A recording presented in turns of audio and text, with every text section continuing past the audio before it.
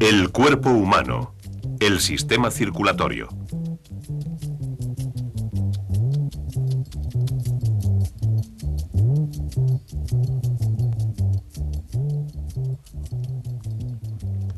Un corazón, 5 litros de sangre y unos 90.000 kilómetros de vasos sanguíneos constituyen el sistema circulatorio.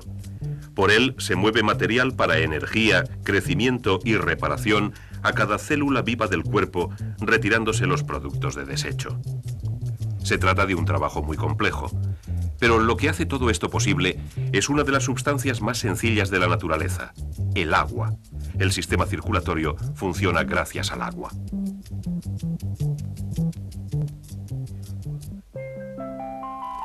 El agua ayuda a que las cosas se muevan en el medio interno y en el externo, en el mundo de fuera. Unas sustancias se disuelven en el agua, otras flotan en ella. Y que el agua circule por conductos o corra al aire libre, las sustancias que lleva se mueven de un lugar a otro. El agua es un transportista. En el cuerpo el agua hace el mismo tipo de trabajo, transportar sustancias flotantes y disueltas en la sangre a y desde todas las células vivas. La sangre fluye porque más de su mitad es agua. La parte acuosa de la sangre es el plasma. En este plasma flotan sustancias celulares y no celulares.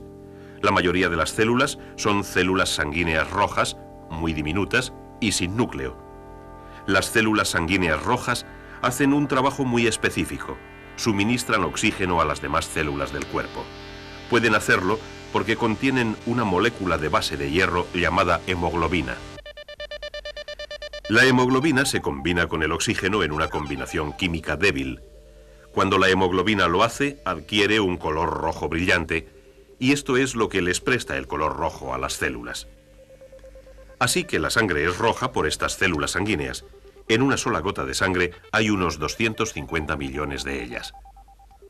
Ahora bien, además de transportar células sanguíneas rojas con su carga de oxígeno, el acuoso plasma sanguíneo lleva también sustancias disueltas a todas las células. Algunas de estas sustancias disueltas son nutrientes que vienen del aparato digestivo. La sangre suministra este alimento a las células, y al usarlo, las células dejan productos de desecho que se lleva la sangre. Uno de estos productos de desecho, el dióxido de carbono, también está disuelto en el plasma. Para todo este transporte de sustancias, la sangre tiene que moverse por el cuerpo. Algo debe mantenerla circulando. Los ríos corren gracias a la gravedad. El agua se mueve desde lugares altos a otros bajos. En el cuerpo, el río de sangre fluye a pesar de la gravedad, trabajando con ella unas veces y contra ella muchas más. En el cuerpo, la sangre corre gracias a la fuerza realizada por una bomba, el corazón. La acción de bombeo del corazón mantiene la sangre en movimiento por todas las partes del sistema circulatorio. El corazón puede trabajar como una bomba porque es un músculo, un poderoso músculo. Las fibras del músculo cardíaco están dispuestas de forma distinta a las fibras de los otros músculos del cuerpo. Estas fibras constituyen una estructura semejante a la de un tejido. Todos los músculos se ponen en acción cuando reciben impulsos eléctricos del sistema nervioso. Pero debido a la estructura del músculo cardíaco, estas señales eléctricas se difunden con mayor rapidez por el corazón que por los otros músculos. Esta rápida difusión de las señales permite a las fibras del músculo cardíaco coordinar sus contracciones y producir la presión rítmica que convierte al corazón en una bomba. Dentro del corazón hay 4 compartimentos o cámaras. Cada cámara superior se llama atrio o aurícula. En la pared de la aurícula derecha hay una región de tejido especializado, un nodo llamado marcapasos. La señal que hace que las cámaras superiores se contraigan se origina aquí. Cuando se dispara la señal, las aurículas se contraen y se obliga a la sangre a pasar por 2 series de válvulas que separan las cámaras de arriba y de abajo. Estas válvulas controlan el flujo de la sangre de modo que solo puede ir en una dirección, fuera de las aurículas y dentro de los ventrículos, las cámaras inferiores del corazón. Ahora bien, un segundo nodo transmite la señal eléctrica desde las aurículas a los ventrículos, haciendo que estos se contraigan. La fuerza de su contracción abre el segundo juego de válvulas y lleva sangre desde el corazón a las arterias siguiendo dos circuitos distintos. La estructura del corazón hace posible estos dos circuitos.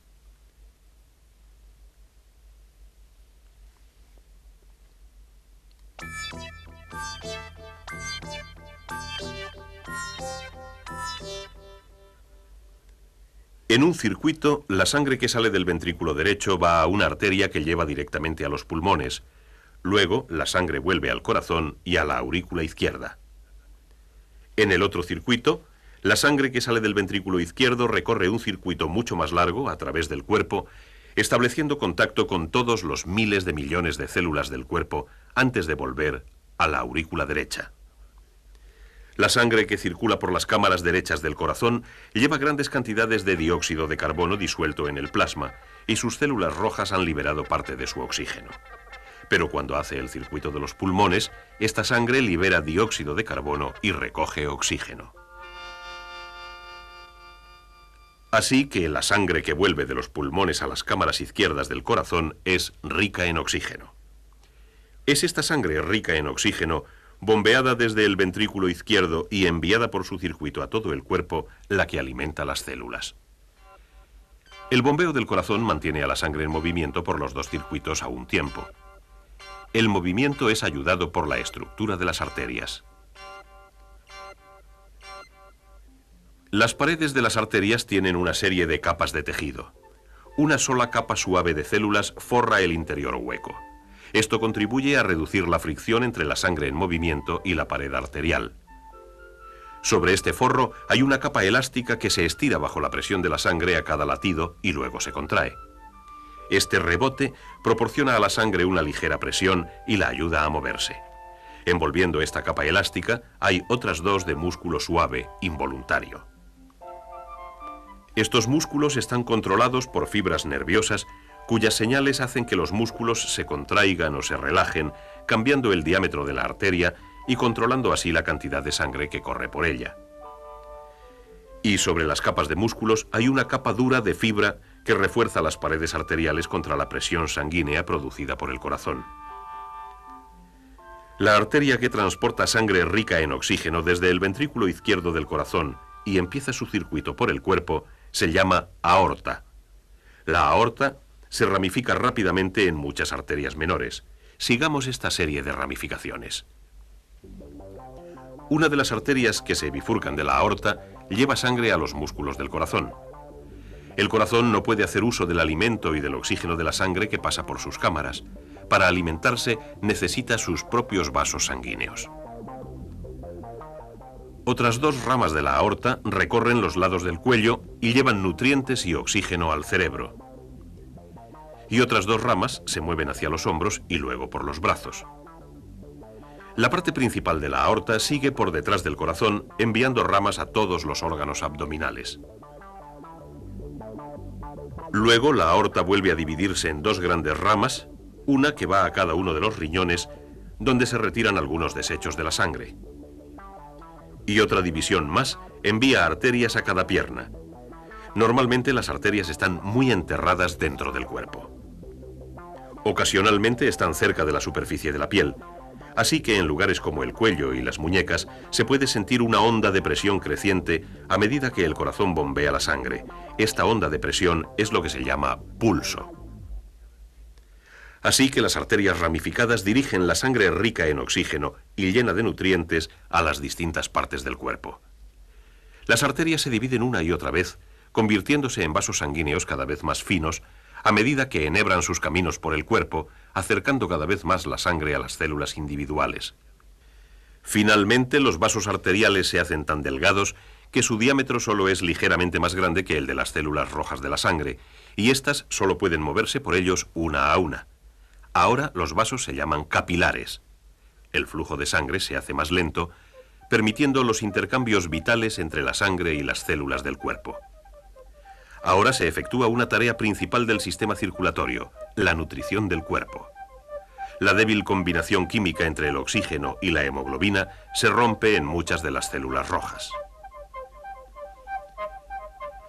El oxígeno y los nutrientes atraviesan las paredes de los capilares y pasan de la sangre al fluido que rodea todas las células. Este fluido acuoso, llamado linfa, se parece mucho al plasma. Efectivamente, procede del plasma que pasa por las paredes capilares transportando oxígeno y nutrientes. Ahora se realiza el importante intercambio entre las células y la linfa. El oxígeno y los nutrientes pasan de la linfa a las células y el dióxido de carbono y otros productos de desecho pasan de las células a la linfa. Y luego estos desperdicios vuelven desde la linfa, a través de las paredes capilares y a la sangre, que ahora regresa al corazón. Pero solo vuelve a los capilares una parte de la linfa que salió de ellos. Parte de la linfa vuelve al corazón por los vasos de su propio sistema linfático, empujada por la presión de las arterias cercanas.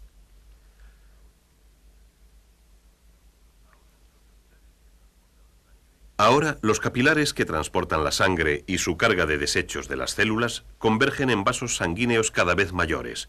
Se trata de las venas del cuerpo. Las paredes de las venas no son tan espesas como las de las arterias, pero no tienen por qué serlo. La presión sanguínea es más baja y las venas no necesitan una capa de músculos para ayudarlas a mover la sangre. En vez de esto, la sangre es empujada hacia el corazón por músculos casi esqueléticos.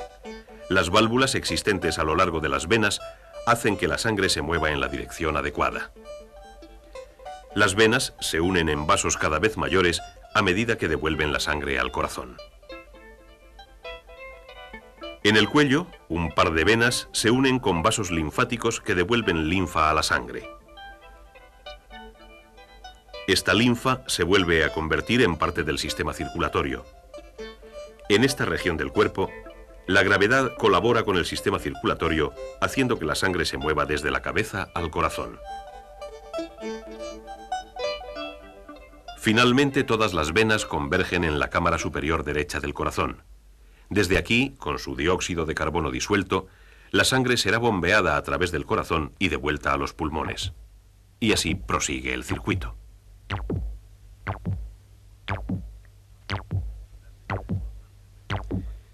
Las señales constantes del marcapasos mantienen los latidos constantes del corazón. Pero no todos los controles vienen del interior del corazón. El corazón puede responder también a señales procedentes de otras partes del cuerpo. Las señales procedentes de los centros nerviosos próximos a la médula espinal pueden acelerar las del marcapasos y los latidos del corazón. Las señales del tallo del cerebro pueden ralentizarlos. Cuando se hace ejercicio, aumenta la cantidad de dióxido de carbono disuelto en la sangre. Este cambio indica a los centros nerviosos que aceleren los latidos. El corazón puede latir 2 veces más deprisa de lo normal en caso de necesidad. El cuerpo produce también un activador químico, la adrenalina, la hormona que afecta la proporción de señales eléctricas del corazón. La excitación o el miedo harán que la glándula adrenal segregue adrenalina en la sangre y esto acelerará el latido del corazón. La cantidad de sangre que afluye a las diferentes partes del cuerpo también puede regularse según sus necesidades especiales. Las arterias que alimentan los músculos envían más sangre a estos cuando se es activo y afluye más sangre al sistema digestivo después de comer. Cuando se tiene calor, el flujo sanguíneo se dirige hacia la superficie de la piel. Cuando se tiene frío, se retira. Todo este control de tráfico se realiza mediante cambios en el diámetro de las arterias. Los músculos que forman parte de las paredes de las arterias pueden contraerse en una zona y estrechar la arteria, reduciendo así el flujo de sangre a una parte del cuerpo. O bien, los músculos pueden relajarse y ensanchar la arteria, permitiendo que pase más sangre. Cuando se daña alguna parte del cuerpo, aumenta el flujo de sangre a esa parte. En el plasma sanguíneo, junto con las células rojas, flotan trocitos mucho más pequeños de protoplasma con forma de disco, llamados plaquetas, que ayudan a que la sangre se coagule. La coagulación sella las roturas del sistema circulatorio e inicia el proceso de reparación.